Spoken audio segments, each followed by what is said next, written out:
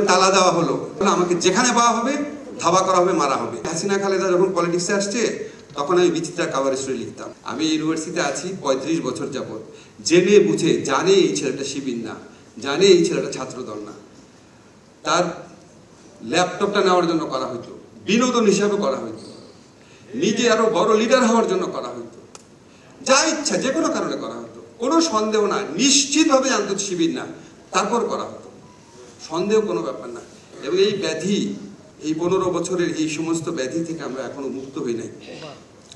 Second কথা হচ্ছে কৌশল, এটা আমার একটা ইয়ে আছে, এটা সত্যি কথা। আমি অনেক আগের থেকে লিখি। আমি ইউনিভার্সিটি 3rd ইয়ারে যখন পড়ি তখন আমি বিচিত্রার কাভার স্টোরি লিখতাম। যারা তখন বিচিত্রা পড়তেন তারা জানেন যে কিরকম ব্যাপার। আমাকে দেখে মানুষ হতবাক হয়ে যেত, আমি এত অল্প বয়স্ক ছেলে। আমি তো অনেক বছর যাবত লিখি। আমি সবসময় ফান করে বলি, হাসিনা খালেদা যখন পলিটিক্সে আসছে তখন আমি বিচিত্রার কাভার স্টোরি লিখতাম। So I know them. আমি অনেক চালাকি করে লিখতে পারি। যেমন আপনাদের মনে আছে আমি একটা ফেসবুক স্ট্যাটাস দিয়েছিলাম যে সুষ্ঠু নির্বাচন হলে কাবুল বিমানবন্দরের মতো অবস্থা হবে বাংলাদেশে।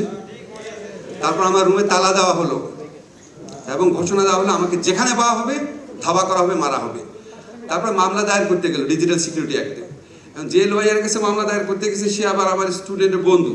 সে আমার পরে বলেছে, আর আমি তো পেয়ে অবাক হয়ে গেছে, বললাম এখানে তো আওয়ামী লীগের নাম নাই।